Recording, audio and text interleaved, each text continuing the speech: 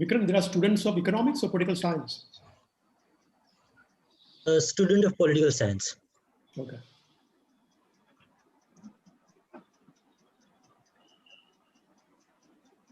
Purnima, we're live. You can go ahead. Good afternoon, everyone. I welcome all of you to Center for Civil Society's virtual campus talk. This session is being conducted in collaboration with the Political Science Department of Ramnarayan Roya College, Mumbai. We'd like to thank our media partner, Maharashtra Times.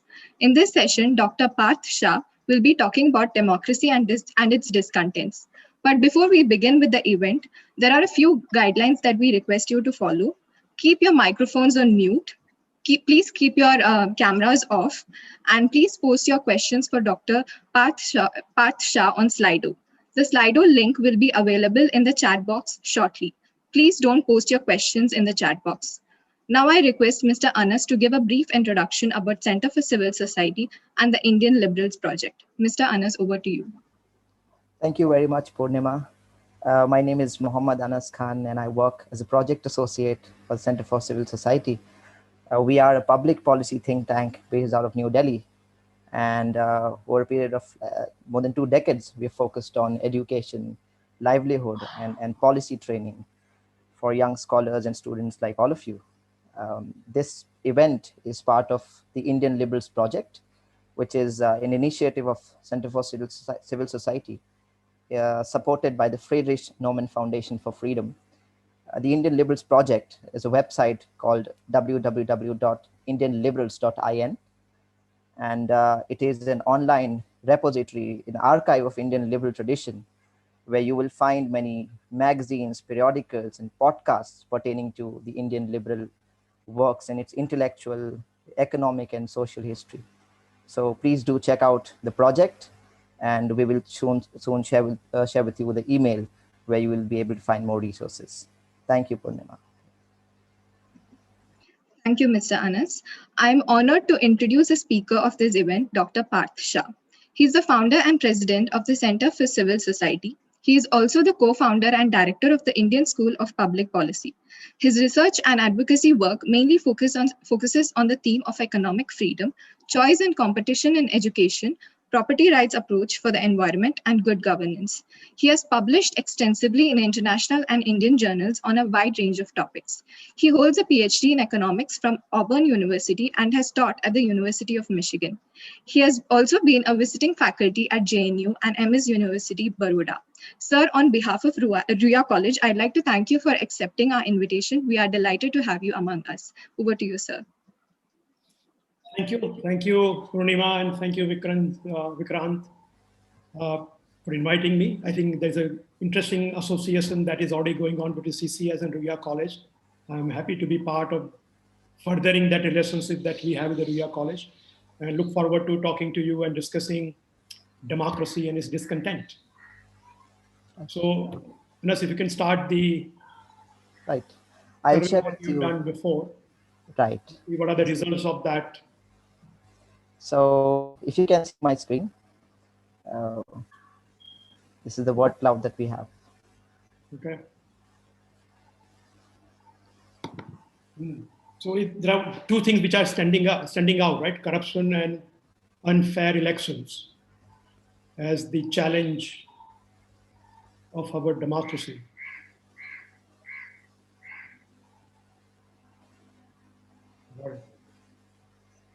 Okay. Let me share my screen.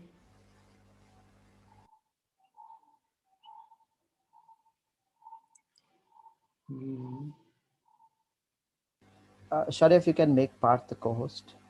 All right. Just checking if you have right. Okay. It's the wrong slide.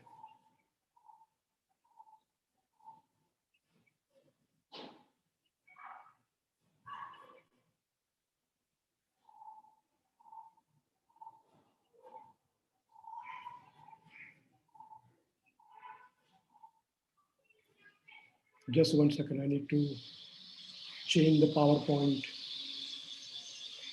Sure. There you go. Okay. I think since you are students of political science and I'm a student of economics, so let me tell you something which is, I think, is a fundamental difference between political science and economics, right? And that difference is very relevant to what we are going to be discussing in terms of the challenges that democratic systems are facing. And this is not just about India. So, of course, we are not just talking about what happens in the Indian democracy. I think broadly across the world, right? There's a larger sort of critique of how democracies are operating compared to what we envision them to be doing, right? So one interesting thing that you learn, so you go to economic class, and the basic assumption in the economics class is that all the economic actors are self-interested, right? So they are doing what they do for their own personal benefit, right? So if you look at the two groups of actors, one is of course businesses or the suppliers, and the second are consumers or the demanders, right? Supply and demand are the two parts of the market, right? And both groups of people, whether they are suppliers or demanders, they're acting in their own self-interest. So the suppliers are trying to maximize their profit, the producers, and the consumers are trying to maximize their utility or bang for the buck, however you want to define that. So all the players in the economic system or economic market are acting in their self-interest. Now, what is interesting is that I move over to a class in political science, right? So introductory course in pol sci. And the basic assumption there is that people who work in the political arena, in the political market, if you want to call it that, right? Or in the government, broadly speaking, are working for public interest, right? So you expect the politician who gets elected, the bureaucrat who is within the government system, right? As well as the voter, the demander in a way, all are behaving in the public interest, right? Not in their self-interest. Right? And this is an interesting sort of dichotomy between the two disciplines, both of which are trying to study very similar sort of processes, right? One which happens in the sort of private market, other one that happens in the sort of political market, right? But the assumption underlying the two are fundamentally opposite. One assumes that you are self-interested. The other generally assumes, right, political sort of philosopher king of the Plato or whoever want to sort of the people's will. All of those ideas are assuming that the players in the political market are working in public interest and not in their self-interest. And basically what I'm trying to argue with you or present to you this afternoon is the proposition that why democracy is not working is largely because we have this dichotomous view of human nature. Right? That we assume one way of functioning in economic market, and for the same human beings, we assume they function very differently in politics, political science, or political market. Right? And this dichotomy is what ultimately underlies our discontent with the democracy, underlies why democracy does not seem to work as well as we would like. Some of you who may have taken some economic courses would know this phrase, invisible hand. Right? So in the economic market, we have an invisible hand, right? While there is no invisible hand in the political market. And what I want to also argue or present to you is that it's largely the fact that we have not figured out what's the invisible hand in the political market, right? We still yet have not figured that out. And our current efforts to make democracy work are not delivering the result because we do not know the equal sort of metaphor, equal institutional setup that will create invisible hand behavior in the political market, right? Similar to what we have been able to find and implement to a large extent in the economic market. So that's, I think, broader sort of idea that I want to sort of present to you. Why we are discontent with the democracy. There's a fundamental flaw in the structure of the democracy. And I'm going to highlight some of those flaws. The first, I think, one way to think about economics and politics is also think about economic democracy and political democracy. Right? Democracy works in both places, in politics and in economics. Right? In the economic democracy, we have suppliers, which are the firms, companies, and the demanders, who are the consumers. In the political democracy, we have political parties, which are ultimate suppliers, right, or producers, and we have voters, who are the demanders, right, or consumers in that sense. So there's an interesting parallel between economics and politics. In both, we have very standard set of players: firms and consumers, producers and consumers, political parties and voters, in a very similar way. Now, the first thing you will notice is that we have very well-defined regulation. For example, a Companies Act, right, that applies to companies. I don't know if you know this, but it's a very detailed Companies Act that we have that specifies very specific, very in minute detail in terms of what are the rules that govern the companies, particularly those who go public, right? Defines in terms of transparency requirements, the governance requirements they have to comply with, right?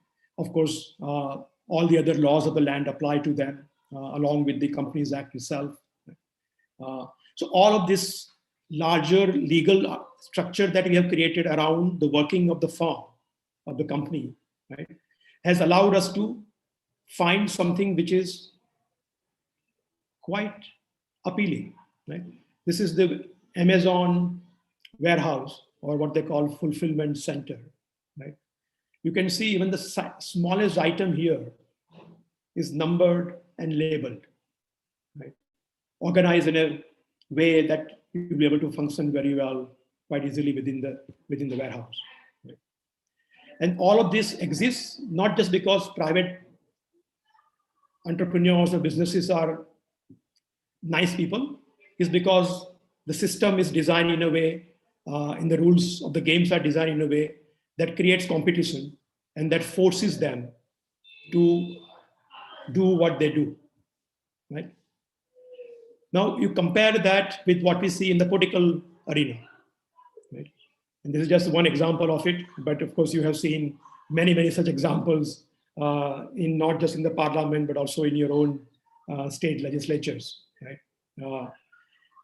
And what I want to present to you is that largely this behavior, right, is result not because the people here are somehow not good or evil, right? It's largely because the rules within which they operate are such that this is the behavior that is getting rewarded. This is a behavior that allows them to achieve what they want to achieve, right? And those rules are the ones which are the biggest problem in the working of our democracy. Right? What I mean by that, so I gave you example of the Companies Act, which applies to the firms in the economic sphere. And this is just one, this is probably more than 800-page volume, right, which defines all the rules and regulations that companies have to comply with, right? This is just one Companies Act. There are many other acts that companies have to comply with: Environmental Act, the labor laws, all of those things are also designed to constrain the behavior of companies. Now, compared to this, what is the law that governs political parties? This is the law that governs political parties. It's a Representation of the People Act in 1950. Of course, many of you probably know this quite well, having since you're in political science. Right? Only one part of that, this is actually part of that, talks about the rules around the political parties. Right? As you know, they are not even filing their audited accounts every year. Right? They're supposed to disclose how much money they spent during elections, hardly ever being disclosed fully and transparently. Right? So every behavior that you see in a political party is a result of the fact that the laws governing political parties are so shallow, right? Do not cover much of what they are supposed to do, right? And where they do cover it, for example, audited accounts, they are required to submit them under the law, but there is no way to enforce any penalties on them, right? And therefore, they are able to get away with the behavior that they engage in. Right? So I think one fundamental reason, in my view, right, is that the reason why our democracy does not work is because the laws governing our political parties, the suppliers in the political market, if you want to put it that way, or in political democracy, are not sound. Right? They are very, very deficient. They lack the requirements of transparency, governance, accountability, that actually we take it for granted in companies, but they don't exist for political parties. Right?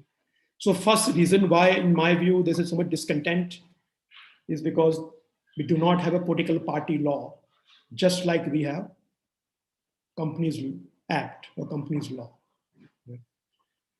And of course, many countries find difficult to make political party law because, of course, they are supposed to be made by political parties themselves.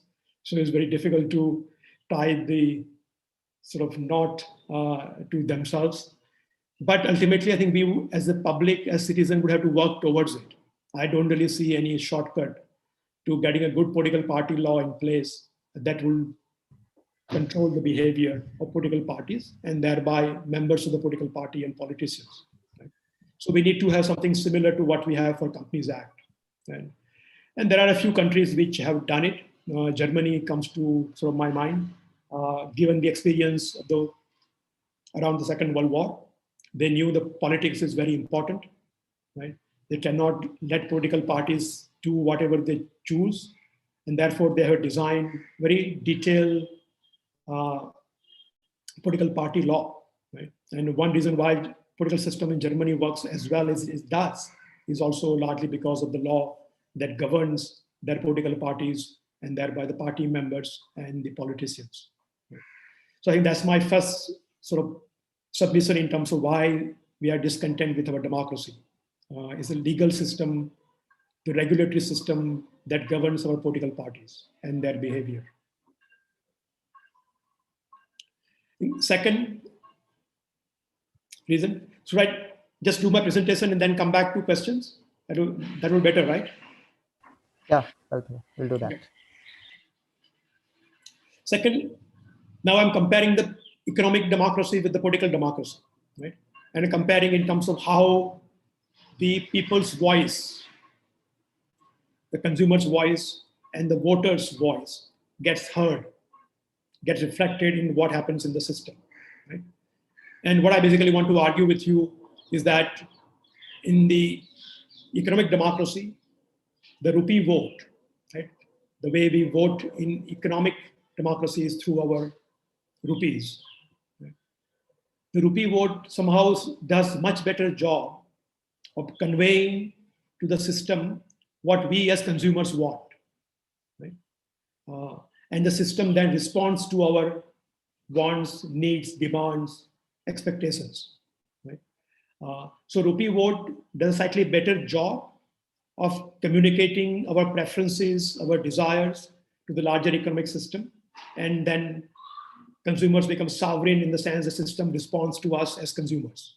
Right? On the other hand, the ballot vote, which is the vote that we use for our political democracy, right? You cast a vote at the time of election. Right? The way it's designed and the way it functions does not really allow us to tell the system what we want, right? And how they're expected to respond to it. Right? The system, in a sense, is not able to first gather what we really want. The system is not working that well as rupee vote is. And secondly, even if they understand it, the response is rather skewed, the way it responds to what we want, right? Now I'll talk about that a little bit as we go down in the presentation, right? But that's my basic sort of point in comparing the rupee vote versus ballot vote, right? So there are both voting systems that we use in economic democracy and in political democracy. Of course, first point of difference is the fact that you only have one vote per person for the ballot vote, right? You cannot get more than one vote. While in rupee vote, you have, of course, multiple votes depending on as many as rupees you have, right? Each rupee is a vote that you cast, right? And therefore, if you have more rupees, you are casting more votes, right? So it is not, you can say, completely equal as it is in the ballot vote. Everybody has one vote, rich or poor. While in the rupee vote, obviously rich people have more votes than the poor people, right? Just because they have more rupees to use as their ballot. Now, what does it do, right? So given the fact that we only have one vote per person, right? Is one way is advantages, everybody's equal. At the same time, there are disadvantages of just having one vote per person, right? One of which is what is known in what we call as rational ignorance, right? So the argument here is that what matters is not that you are voting in the ballot box, but are you casting informed vote? Right? Just to give an example, I presume some of you have already voted at some point in time. Those of you have voted and those who are thinking of voting in the next election or election after that, depending on how old or young you are, do this mental exercise or mental experiment. Think about the amount of time that you spend in deciding who to vote for the last time you voted or the next time you're likely to vote. Right? So think about how much information did you gather about the various political parties, various candidates who are on the ballot paper, right? Their positions on issues that concern you, right? Understanding their history in terms of what they have done when they were in power earlier. So think about how much time did you spend in gathering information and then making an informed decision about which candidate or the party to vote for. Right? So keep that number in your mind. What the number may be. This is how much time I think I would have spent in making this decision about who to vote for. Right? Now compare that with the amount of time and effort that you put in the last time you bought your, say, cell phone. Think about how much time did you put in terms of gathering information about various models in the market, various companies, their various models, talking to your friends and family members about what has been their experience with some of these models that they have maybe using it, right? Doing some search on the net, all of those things. Right? And you can ask yourself, where did you spend more time? Or where are you likely to spend more time in deciding who to vote for or in deciding which cell phone to buy? Can I see just by raise of hands, those who think that you would spend more time deciding who to vote for compared to which cell phone to buy, raise your hand. So those who think they will spend more time in ballot vote than in rupee vote. There's one.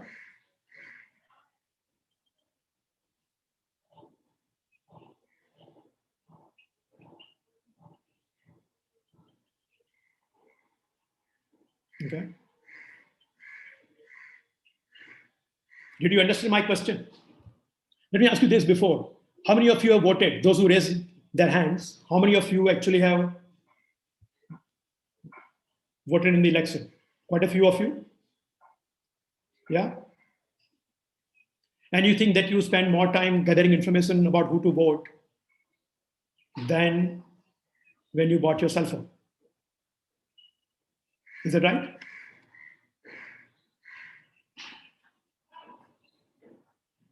Maybe you can write in the chat box if you want. since you won't be able to speak as soon.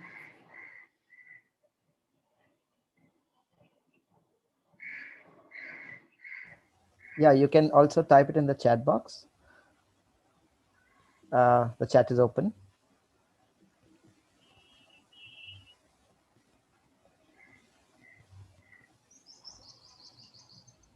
Parth, would you like to repeat the question for the raise hand option? Oh, no, I was asking how many of you actually have voted.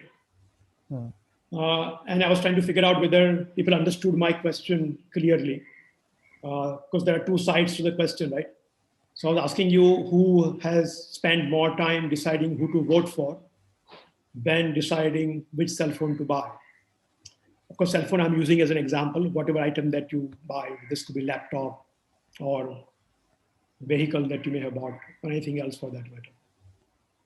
Right, the chat box is open for you to answer that question so that Parth can get an idea. The participants, you can chat on the chat box.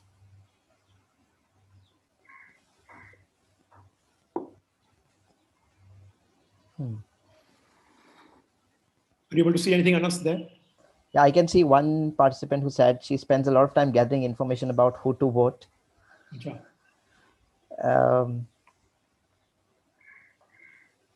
Well, I think then I have to admit that you are a very different kind of citizens, because most places when I ask this question, most people smirk and realize that obviously they spend a lot more time in deciding things they buy than in deciding people they would vote for. Right?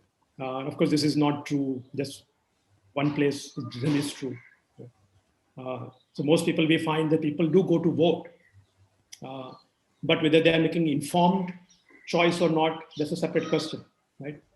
So, and this is an argument against some of the laws that require people to vote, right? So you can force people by law to go to a ballot sort of booth, but whether they are casting informed vote or not, that you cannot force, right? And I think what a well-functioning democracy requires is for people to spend at least as much time thinking and deciding about who to vote for as they decide about various economic choices that they are making. So now the flip side of that is that even if you spend enough time deciding who to vote for, right, and assume that your choice is the right choice, meaning the person that you voted for is really the right person for the job and gets elected, right? The benefits of that right person being in power accrue not only to you, who actually spend the time and effort to decide who the right person is, right? But the benefits accrue to everyone, right? Is including not only people who did not vote for that person, but people who did not vote at all, who did not even go to the ballot booth, right? So even they would benefit from you making a right choice, right? And that's the argument that one would think about. The argument is that it's a free rider problem, right? The people are going to be free riding on the others. Means that some people are going to spend time making these choices, informed choices. The benefits of those choices are going to accrue to everybody else, right? And therefore, most people would choose to remain ignorant about those choices because they know that the benefits of making those choices are going to accrue to even those who do not vote, right? And therefore, one to think about this is that the free rider problem or the public good. So informed voting itself is a public good. And that's most private citizens have a less incentive to produce that public good. Right. Now, I don't want to get into details about how much do we need to know to make the informed choice, right? Is it enough to look at the party manifesto, right? What all you would have to consider in making that choice, which is going to be right choice, right? And often, as you know, there is no right choice at all at the ballot box. Is a lesser of the evil that you are choosing for, which is a very different way of thinking about what happens in the ballot booth, right? So one interesting argument from comparing between rupee vote and the ballot vote is that the cost that you incur in making a decision with the rupee vote the benefits of that decision also go to you. Benefits or losses, depending if you make a right decision, you get benefits. If you make a wrong decision, you lose, right? So benefits and losses are tied to the same person who makes the decision or who's investing in gathering information to make the decision, right? And therefore, when you cast rupee vote, you are generally casting more informed vote, right, than when you're casting your ballot vote, right? So that's the sort of point of comparison between the two. Why rupee vote is more rationally informed vote, while the ballot vote is relatively less rationally informed.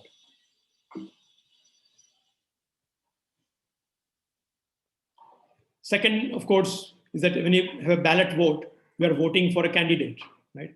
The candidate has multiple positions on different issues, right? You like the person's position on, say, privacy issue, but you disagree with the person's position on, or party's position on, say, economic reforms or farm agriculture reforms, right? Currently the issue which is hot.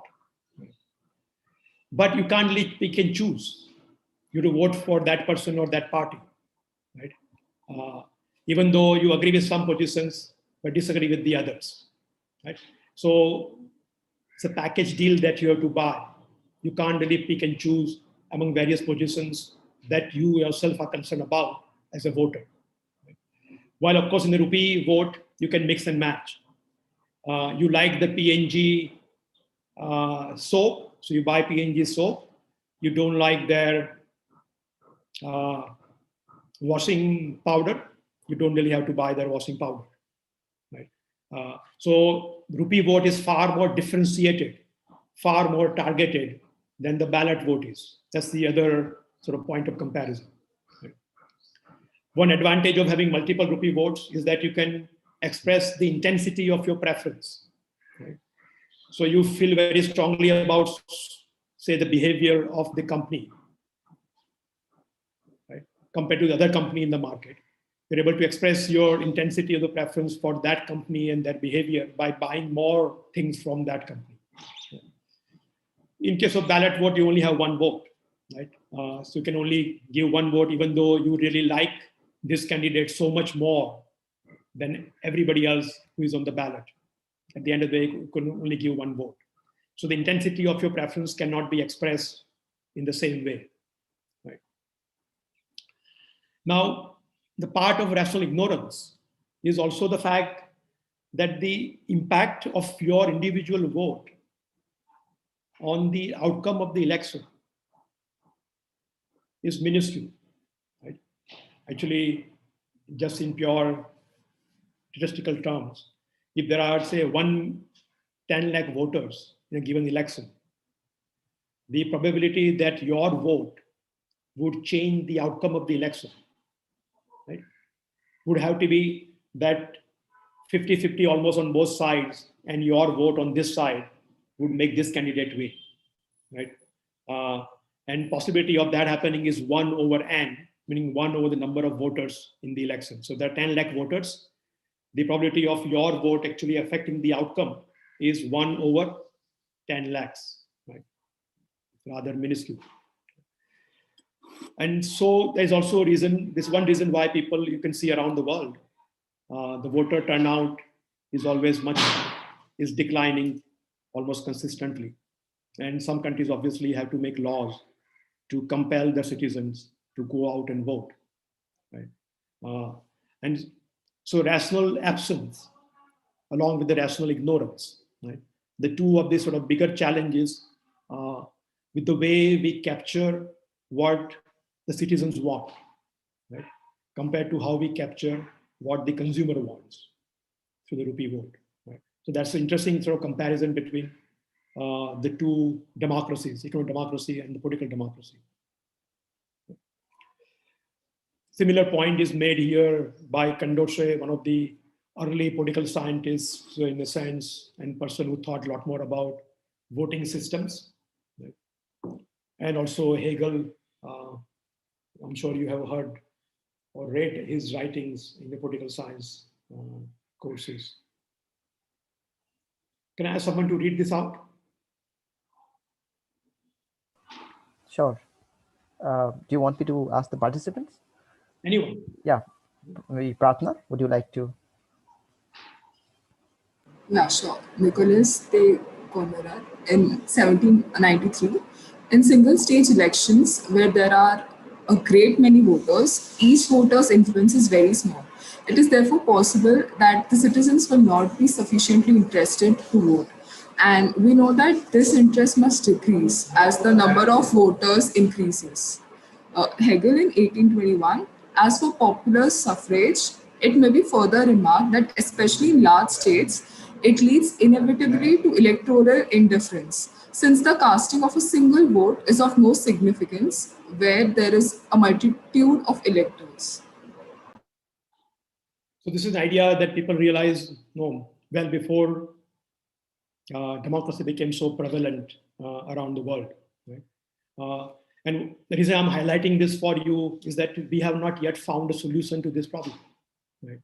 So yes, as I mentioned, we can make a law to force people to go to polling booth, but it's very difficult to make a law to force them to spend enough time to make an informed choice. Right? And ultimately, what matters for a well-functioning democracy is the informed choices that voters make. Right? And if they are not making the informed choices, obviously the system is not going to function as it is supposed to function. Right? It's an old problem, but we don't yet have a solution to this problem. So unlike the previous problem I talked about in terms of the laws and regulations governing political parties, we can at least, we know it can be done, right? And some countries have done it. Here, I don't think any country has been able to figure out how to incentivize voters to take the time and effort to make informed choice. The last point I want to make, and then we'll open up for Q&A, is about the electoral system that we use, right? There are different electoral systems, as you know. In India, we use largely the first past the post system, which means that if you get one more vote than the next person, you win the election, right? You don't have to have majority. You don't need 50% plus, right? Some countries, obviously, you need a majority to win the election. So there's different kind of electoral system. Then we have, like, what is the US presidential system, which is so primary system, right? So you run the first round of primaries, the two people get elected in that, and then those two run again against each other. And then whoever wins goes to the White House, right? So that's a primary system, which is somewhat different, quite different than the first past the post system. So there are many electoral systems. Now, what is the purpose of electoral system?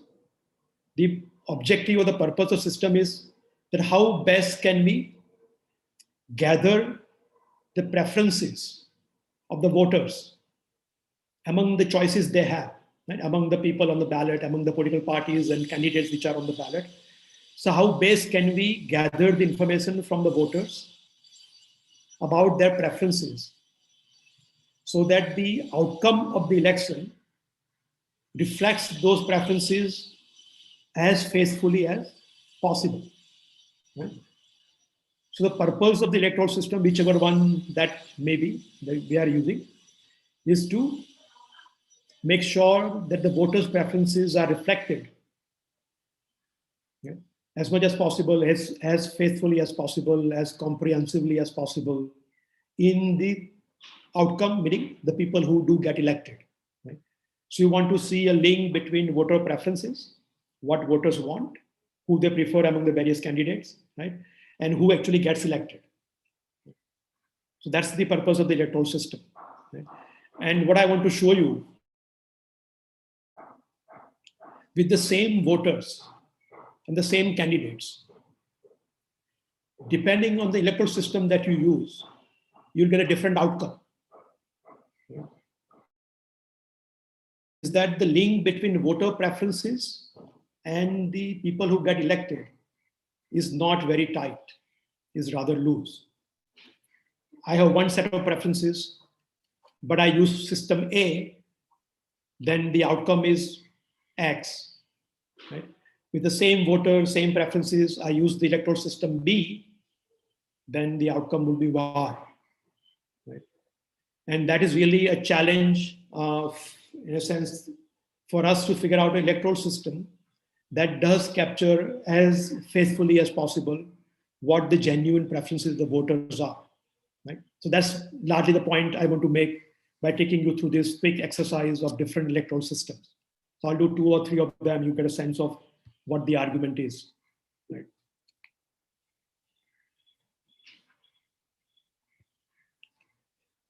Okay, so I'm taking as an example 25 voters, 1 to 25 voters, and there are 5 candidates. I'm calling them V, W, X, Y, and Z, or Z, right? So there are 5 candidates, 25 voters, right? So they remain fixed. We now also know what the preferences are of these 25 voters in terms of those 5 candidates, right? So for example, voter 1, the preference of the voter 1 is in this ranking, right? So prefers V more than Y more than X, X more than W, and W more than Z, right? So that's so we basically asked the voters, got the preferences listed. So voters have told us what the preferences are among the 5 candidates, right? And we collect this information for all 25 voters. And this is what I'm showing you one by one here. Obviously some voters would have the same preferences. So we group them together, voters with the same preference. And I have done, for the sake of example, a grouping of those voters in 5 groups, A, B, C, D, E, right? So group A has 8 voters with this particular preference, V, Y, X, W, and Z, right? They prefer V more than Z, right? The group B has 7 voters with this particular preference. The group B has 7, group C has 5, group D has 3, and group E has 2. Right?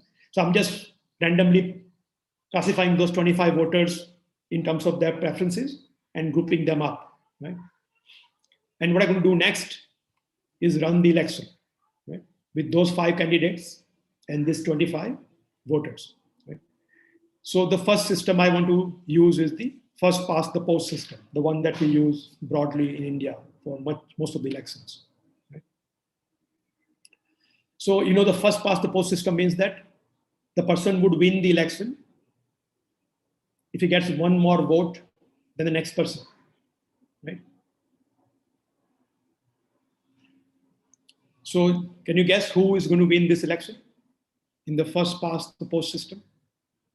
Who will get the highest number of, not majority, obviously, because nobody's going to get majority, but highest number of votes among the 5 candidates? Which candidate will get the highest number of votes? I guess there is, you can answer that question in your own mind, since there is no other way of for you to tell me about it. So you can see that V would get 8 votes, and Z would get 7 votes, W would get 5 votes, Y would get 3, X would get 2, right? The first preferences of the people in that each of the group, right? So V gets 8 votes, and therefore he wins the election. So in the first past the post system, V is the winner, right? Now let's run the primary system, where you run the election in the first round. The 2 people who get the most votes in the first round then run against each other and then see who wins the second round, right? That's the primary system. So in the first round, who will win? So in some ways, if you're used to it now, the table, you will know quickly that V will get 8 votes and Z or Z will get 7 votes. So those 2 are going to be the winners, right? V and Z in the first round. Because V has 8 votes, Z has 7 votes. Now we have to run election between these 2 candidates, right? All other candidates drop out. Only 2 are left, V and Z. Now again, we run the election with 25 voters. Who would win between V and Z? Of course, group A, the 8 voters would vote for V.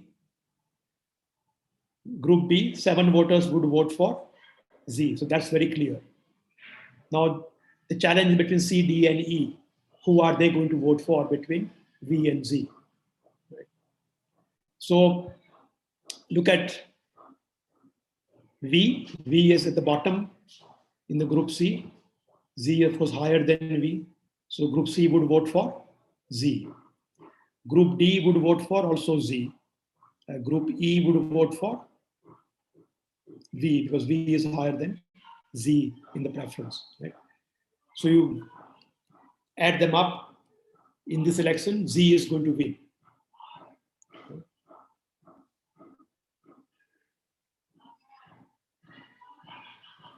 We have that in the chat box as well, Parth. Actually, I can't see it on my full screen. Okay.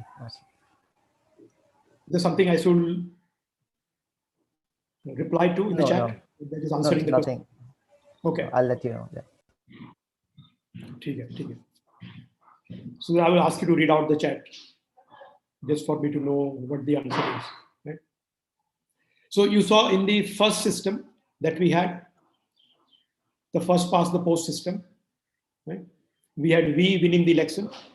In the second system that we use, the primary system, we have Z winning the election, right? So with the same 25 voters, with the same 5 candidates, we get a different result, right? What is interesting, if you notice, that V is actually the least preferred candidate among all 5 for Group B, Group C, and Group D, right? V is at the bottom for all 3 groups, right? So if we add them up, so 7 plus 5 plus 3, 15 voters out of 25, that's the majority, right? So the majority of voters think V is the worst candidate among the 5. But under the first past the post system, V is the winner, right? So you can begin to see the dissonance between voters' preferences and the outcome of the electoral system, right? So that's I think, the key point to understand in terms of voter preference and outcome, right? So there are many such electoral systems. I'm sure some of you probably know about this. I'm going to do one more system, maybe 1 or 2 more.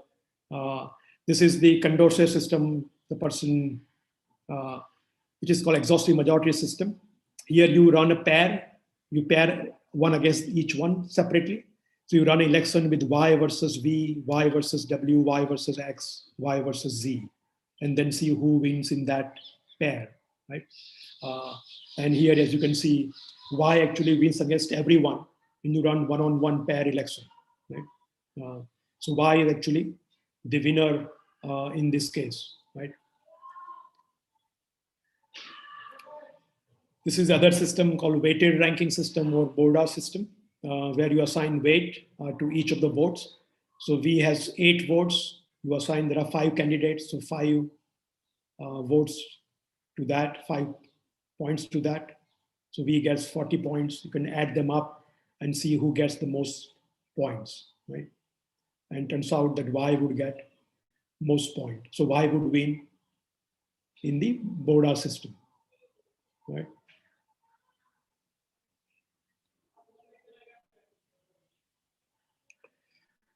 So it's an interesting question for us, right? People say, we get the government that we deserve. But is it the government, we get the government that we deserve, or the government that the electoral system deserves? Right? The really outcome of the election is determined far more, in a sense, by the electoral system than by the preferences of the voters, right, among the candidates. And that's the other challenge I see with the function of the democracy, not just in India, but around the world. Right? Of course, as you probably know, different countries have different systems. Many have changed their systems also over a period of time, depending on what they think works better for them. Right? But I think this is where we need to do more research, more analysis, understanding in terms of what is the right system in which context. Right? And it's possible that in some contexts, one is right, while the other one is better in the different context, right? But that kind of understanding we still yet don't have, right? And given these problems, what I want to argue is that there is no sort of invisible hand that can guide the political democracy as there's an invisible hand that guides the economic democracy, right? And unless we fix these components, we cannot create that invisible hand. We cannot have the invisible hand in that sense, right? And that is the reason for our discontent with democracy. Let me stop here and take your questions, comments. Right. Thanks a lot, Parth. We have quite many questions which were raised in the Slido chat throughout the conversation. I think the most upvoted question that we have, as in the majority vote here, is with the question that says, how can we incentivize voting in democracies to avoid the free riding problem?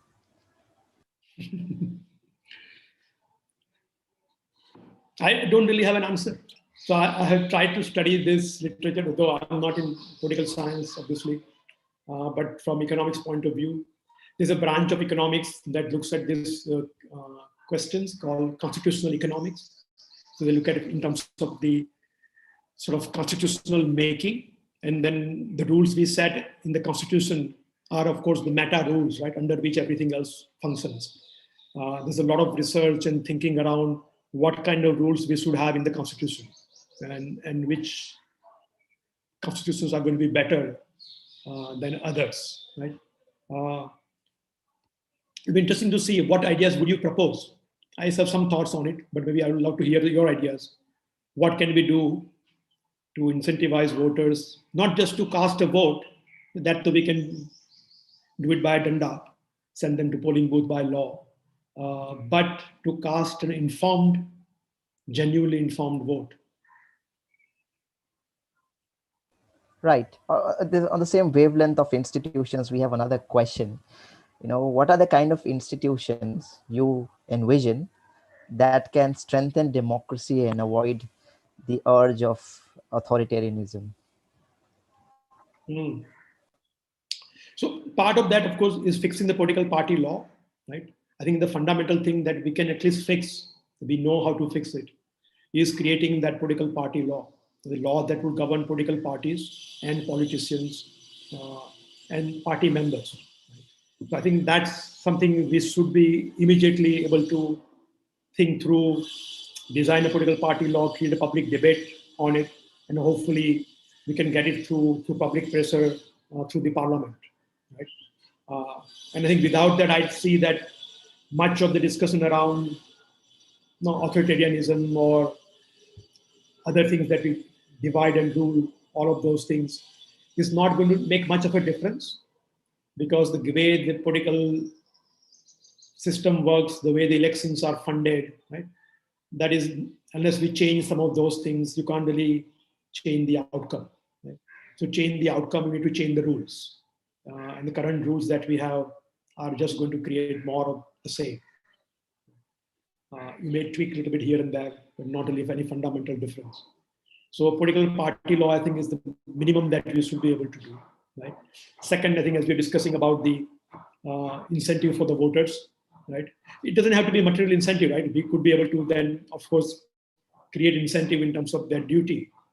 That's something that we owe to each other in a civilized society, that we take time and effort to be informed, to remain informed, and then cast informed votes, right? So that's certainly one way to think about how can you solve that public goods or free rider problem, right? And a third, I think I talked about electoral system, right? So how do we figure out which is a better system in which context to reflect our preferences as voters in the final outcome of the election, who gets elected, right? So those three.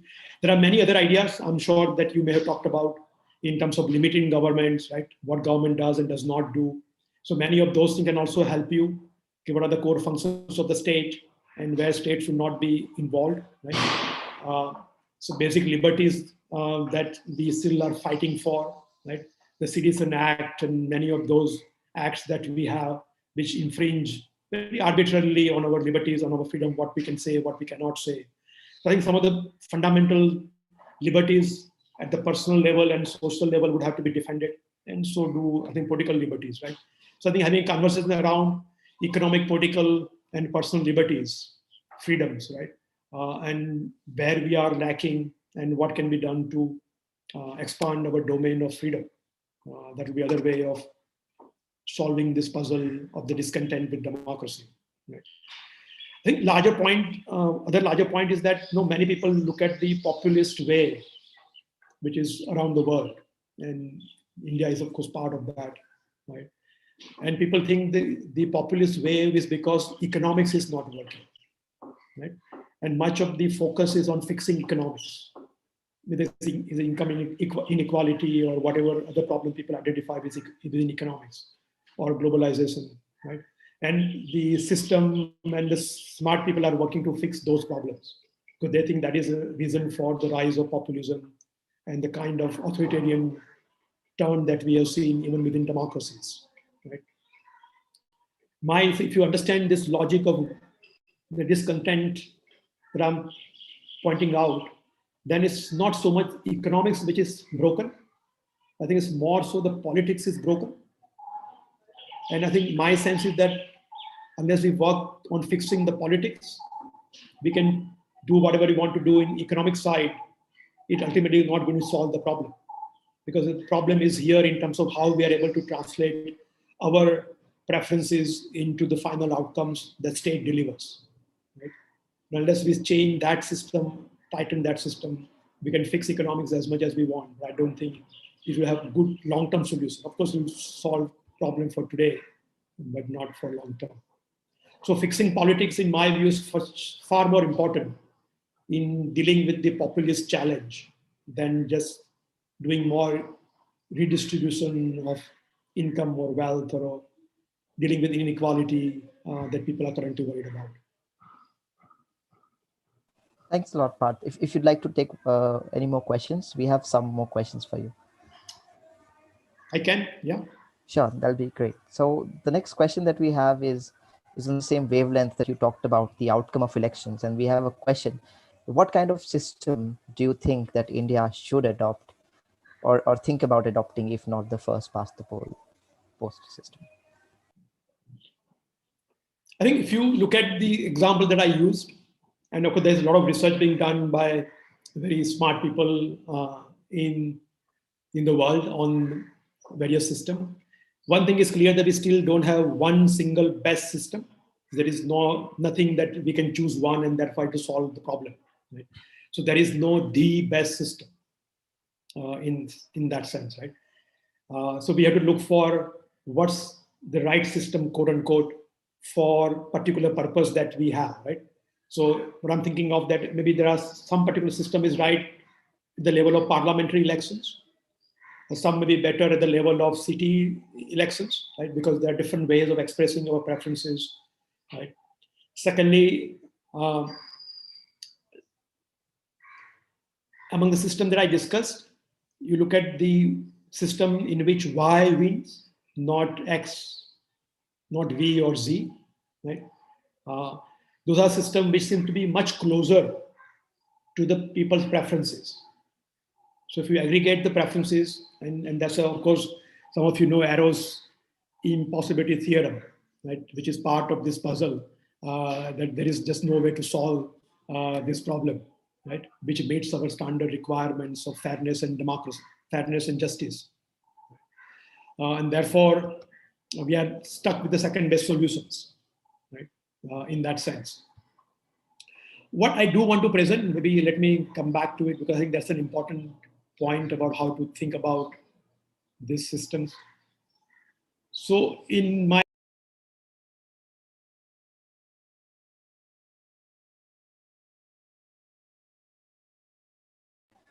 I think we lost connection with Parth.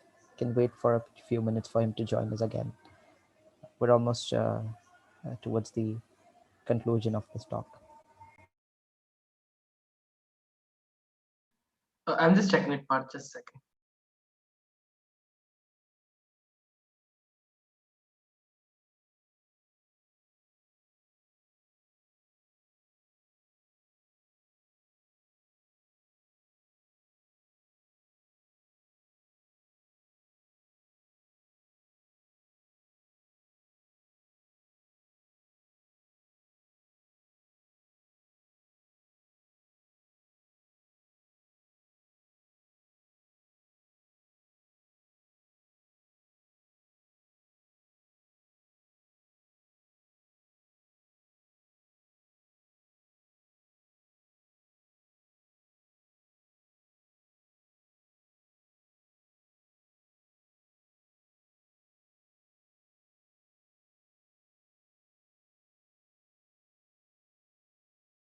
Yeah, I see his net is back on. He should just be joining.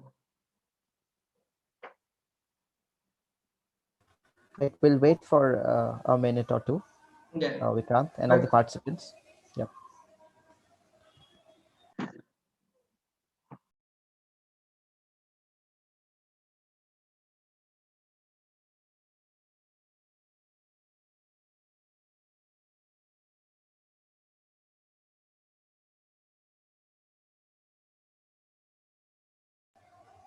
Meanwhile, we would request you to fill the feedback form, which Ananya will share in the chat box.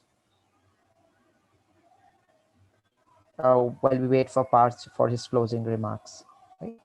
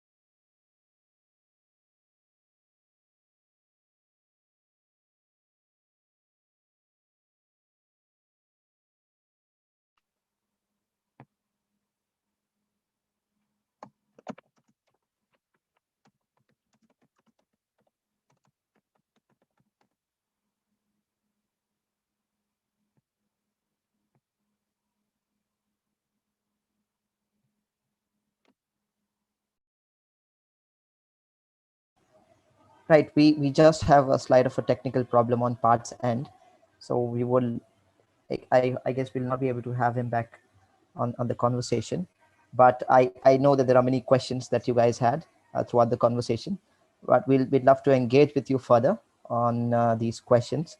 Same time, I'd like to apologize for this technical interruption.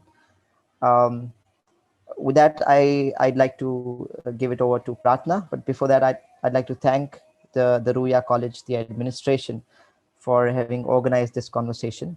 I look forward to a lot of in-person conversations, hopefully, when the pandemic is no more threatening our lives. So over to you, Pratna. Yeah, thank you so much, Anas. So, on behalf of Ruya College, I would like to extend a vote of thanks to each and everyone who made this event possible. I would like to thank Dr. Parth Shah for sharing his insights and patiently answering all our questions. It was really an intellectual treat for all of us. We would also like to thank CCS for collaborating with us. Our thanks also to Mr. Anas for seamlessly coordinating with us. We would also like to thank our HOD, Dr. Vaibhavi Parchay ma'am, for always guiding us, our faculty members, Virendra sir, Chinmay ma'am, and special thanks to Vikrant sir for making this event happen.